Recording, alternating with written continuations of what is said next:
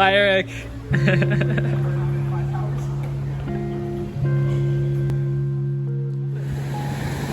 Oh, where is it? Oh, there's the dolphin. You see it? Oh, it's right there. Oh, wow. There it is. Wow.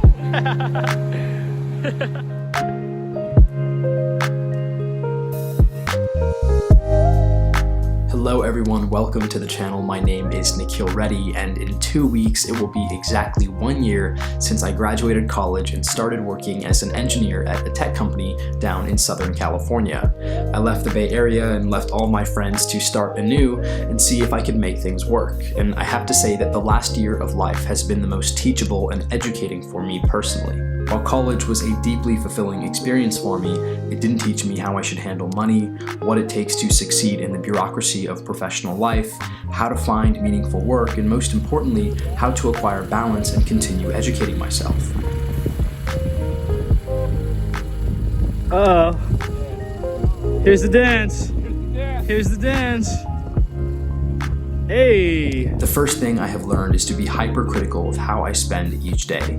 If you aren't paying attention to the influences behind your decisions, then the string of toxic comparisons, titles, and delusion that your work is everything will follow you. Back in college, you proved that you were successful by comparison. You had to be in exclusive clubs, or take good classes, or secure prestigious but ultimately unfulfilling internships just to show that you were better in some way. We compared each other by majors and grades and ultimately vied for some weird, stale notion of superiority over one another. What I have learned is that if you're not careful, this very classist mechanism of trying to cement your superiority and success in the eyes of others will extend directly into life after graduation. Except now it will be about the kind of job that you have, how much money you make, and how fast you are rising the ranks of your organization's internal bureaucracy. The reality here is that you will not make a positive impression on people if to you they are merely objects that you are meant to leapfrog, and you will not enjoy your work if all it means to you is a series of incremental promotions and title changes. In my personal experience, these are the people that most quickly burn out. And so to me, the solution is to treat your coworkers and managers, especially the ones that have more experience than you, as sources of growth and learning. Make meetings with them, soak up all they have to teach you, and impress them with the application of your skills. Be process-driven, and the structures that lift you up will fall into place naturally. Be outcome-driven, and you are likely to burn out with little to show for your growth or maturity. There is no secret ingredient. It's just you.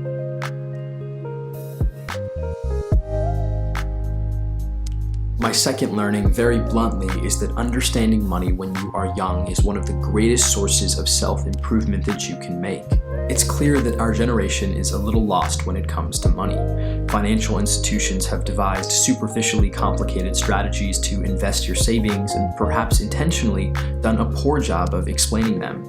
Now, as you know from my previous videos, I think money is far from everything, but you are doing yourself a disservice if after much hard work you finally have a job that pays you something and you don't understand how to invest for the long term. What happened in my case, and maybe you can relate to this, is after I started working, all of my friends and coworkers were talking about things that I had no idea about.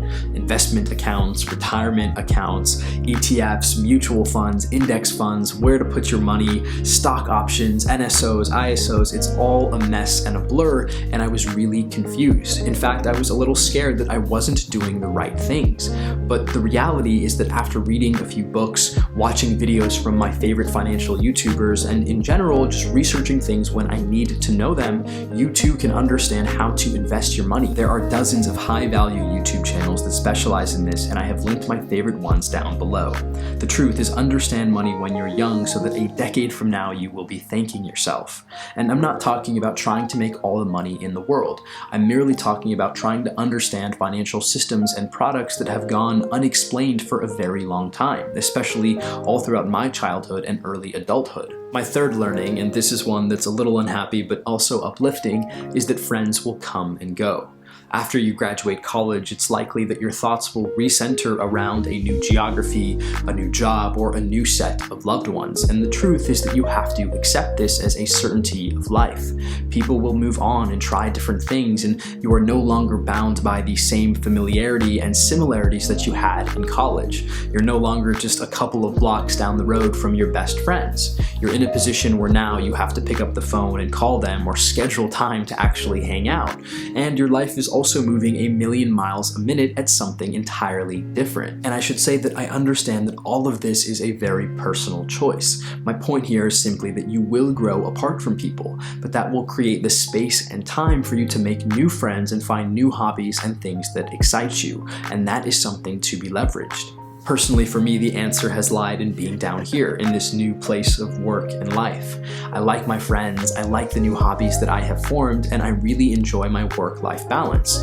I don't see myself moving back up to where I was in college, at least anytime soon, and I want to focus on this new place that I call home. Finally, my last and perhaps least concrete but most important learning is that time is on your side.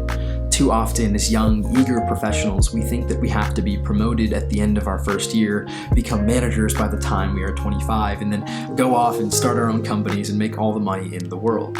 And the truth is that much of that, at least to me, is uninspiring and unproductive. The first thing I should say is that the people we admire in society, the people that have inspired such ambition within us, are successful because they are process-driven, multi-talented, and unrelenting. They are not obsessed with promotion and title changes and making more money. While others spend time worrying about rising the ranks and getting paid more every year, there are others that are working in small corners of the world, without titles, a nice office, or money to their name. They are simply working toward their personal vision of the future, toward an idea or product that they feel compelled to create at all costs.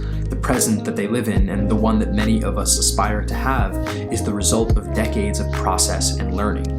You don't have to be CEO of a company by 25, nor does it matter if you are 40 and you report to someone that is half your age. What matters at any stage of life is whether or not you are satisfied with the amount that you are learning and the kinds of people that you are working with. If you are happy, then who cares what any social convention or construct has to say about you? And if you're not, understand that getting better and continuing to educate yourself and improve is a process that can take decades at the very least. Whether you are old and young, go at your own pace and fly when you are finally ready.